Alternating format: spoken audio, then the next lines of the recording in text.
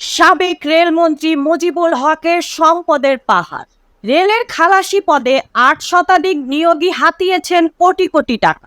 সব উন্নয়ন কাজ থেকেই নিতেন ৬ থেকে ১০% কমিশন।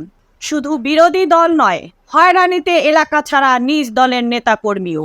স্থানীয় জনতার কাছে ফেরাউন হিসেবে পরিচিত কুমিল্লার ১৪ গ্রামের সাবেক সংসদ সদস্য ও রেলপথ মন্ত্রী মুজিবুল হক অনিয়ম দুর্নীতির মাধ্যমে গড়েছেন সম্পদের পাহাড়। স্থানীয় আওয়ামী লীগ নেতাদের অভিযোগ, টানা ১৬ বছর ক্ষমতার দুর্দান্ত প্রভাব খাটিয়ে নামে বেনামে এবং স্বজনদের নামে তিনি হাজার কোটি টাকার সম্পদ গড়েছেন। গাড়ি বাড়ি, প্লট, ফ্ল্যাট, কৃষি অকৃষি জমি, CNG filling station, hotel, insurance সহ বিশাল সম্পদের মালিক হয়েছেন। ৫ই আগস্ট সরকার পতনের পর মুজিবুলের হাতে নির্যাতিত, মামলা হামলায় জর্জরিত বিএনপি জামায়াতের মতো অনেক আওয়ামী লীগ নেতাকর্মীও এলাকায় নিজেদের বাড়িঘরে ফিরেছে। মুজিবুল ও তার পরিবারের সদস্যদের অত্যাচারে অসংখ্য তৃণমূল আওয়ামী লীগ নেতাকর্মী দীর্ঘদিন এলাকা ছাড়া ছিলেন।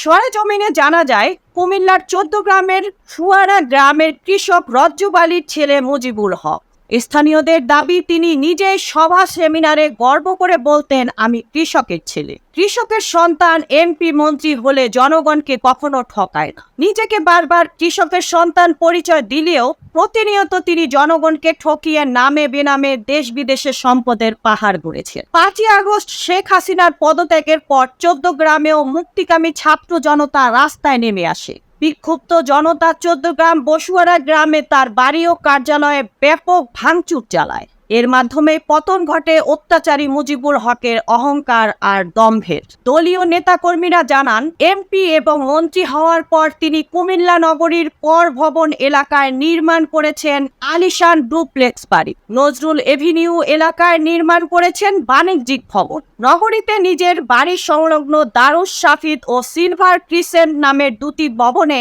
নিজের এবং ভাতিজার নামে কিনেছেন কয়েকটি ফ্ল্যাট। রাজধানীর ধানমন্ডিতে ৮,০০০ বর্গফুটের ফ্ল্যাট, ৩টি বিলাসবহুল জিপ গাড়ি। ঢাকা উদ্যান এলাকায় ৪ তলা ও আগারগাঁও শাপলা হাউজিং এ রয়েছে ৩ তলা বাড়ি।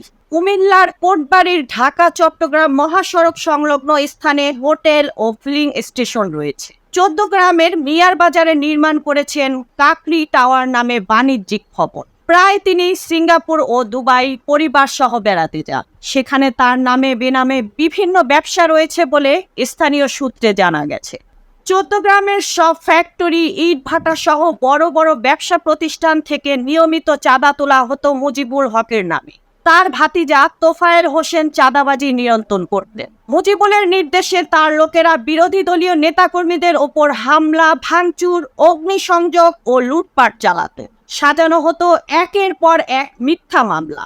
তার অত্যাচার হয়রানি থেকে রেহাই পাননি নিজের দলের নেতাকর্মীরাও।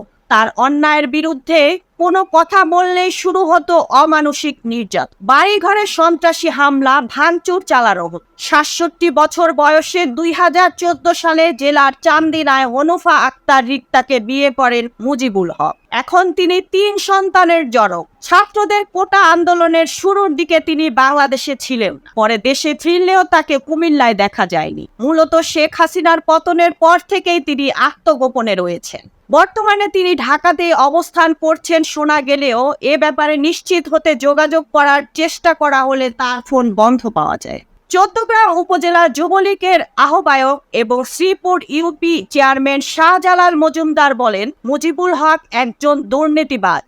আমি তার অনিয়ম, দুর্নীতি এবং চাঁদাবাজির একজন প্রত্যক্ষ সাক্ষী। এসব নিয়ে প্রতিবাদ করায় আমার বিরুদ্ধে ২টি মামলা দিয়েছে। ৩ বছর আমার ইউনিয়ন পরিষদ তালা বন্ধ করে রেখেছে।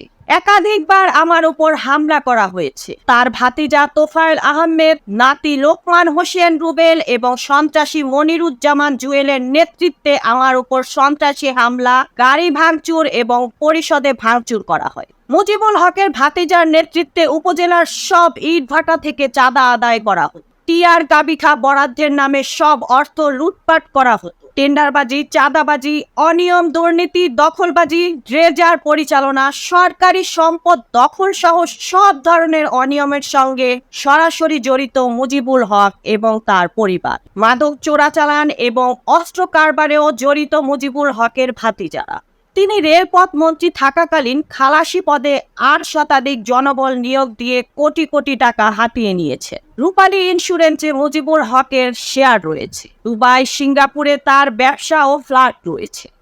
স্ত্রী হনুফা আক্তারের স্বজনদের নামে অনেক সম্পদ করেছে। শত শত কোটি টাকা তিনি বিদেশে পাচার করেছেন। এই দুর্নীতিবাজ কয়েক হাজার কোটি টাকার মালিক। তাকে বিচারের আওতায় আনার দাবি জানাচ্ছি। যুদ্ধাহত বীর মুক্তিযোদ্ধা বাহার রেজা বলেন, মুজিবুল হকের মতাদর্শের বাইরে যাওয়ায় আমাকে চরমভাবে নির্যাতন করা হয়েছে। দফায় দফায় আমার উপর হামলা করা হয়েছে। আমার বাড়িঘর ভাঙচুর এবং লুটপাট করা হয়েছে। আওয়ামী লীগের রাজনীতির সঙ্গে সম্পৃক্ত থেকেও আমি বিরোধী দলের নেতাকর্মীদের চেয়েও বেশি নির্যাতিত হয়েছি। তাকে 14 গ্রামের মানুষ ফেরাউন হিসাবে জানে। আওয়ামী লীগের রাজনীতি করেও আমরা বিএনপি জামায়াতের চেয়ে বেশি নির্যাতিত হয়েছি। আমরা মুজিবুল হকের মতো একজন দুর্নীতিবাজের পতন কামনা করছিলাম। আল্লাহ পাকের অশেষ মেহেরবানিতে তার পতন হয়েছে। উপজেলা আওয়ামী লীগের সাবেক দপ্তর সম্পাদক খন্দকার শরীফুল ইসলাম বলেন, 14 গ্রামের সব উন্নয়নমূলক কাজ থেকে তিনি 6 থেকে 10% কমিশন নিতেন। প্রকল্প বাস্তবায়ন কর্মকর্তার কার্যালয় থেকে অধিকাংশ ভুয়া প্রকল্প দিয়ে অর্থ হাতিয়ে নিতেন। চরম বদমেজাজি মুজিবুল হক মানুষের সঙ্গে দুর্ব্যবহার করে মজা পেতেন। ইউপি নির্বাচনে যারা বেশি উৎকর্ষ দিতে পারত তাদেরকে মনোনয়ন দিয়ে নির্বাচিত করতেন। জেলা পরিষদ নির্বাচনেও মোটা অঙ্কের অর্থ হাতিয়ে নিয়েছেন দুর্নীতিবাজ মুজিব। জেলা যুবলীগ নেতা জিয়াউর রহমান খান নয়ন বলেন, আমরা আওয়ামী লীগের রাজনীতির সঙ্গে সম্পৃক্ত থাকলেও বিএনপি জামায়াতের চেয়েও বেশি নির্যাতিত ছিলাম। আমার বিরুদ্ধে আইসিটি মামলা সহ আরও অসংখ্য মামলা দেওয়া হয়েছে। এখানে আওয়ামী লীগ বলতে কোনো কিছু ছিল না। মুজিবুল হক 14 গ্রামে তার রাজতন্ত্র কায়েম করেছিলেন। এখানে আওয়ামী লীগের বঙ্গবন্ধুর কোনো আদর্শ তিনি বাস্তবায়ন হতে দেননি। সর্বোপরি তিনি এখানে মুজিবুল হক লীগ প্রতিষ্ঠা করেছেন। দলীয় নেতাকর্মীদের চরম নির্যাতন ও হয়রানি করেছেন। তার বিরুদ্ধে কেউ মুখ খুললেই এবং তার অনিয়ম দুর্নীতির প্রতিবাদ করলেই শুরু হতো তার সন্ত্রাসী বাহিনীর নির্যাতন, মামলা, হামলা। দলের ত্যাগী নেতাকর্মীদের তিনি সব সময় কোণঠাসা করে রাখতেন। দুর্বল কর্মীদেরই পদ পদবি দিয়ে তার প্রতি নতজানু করে রাখতেন।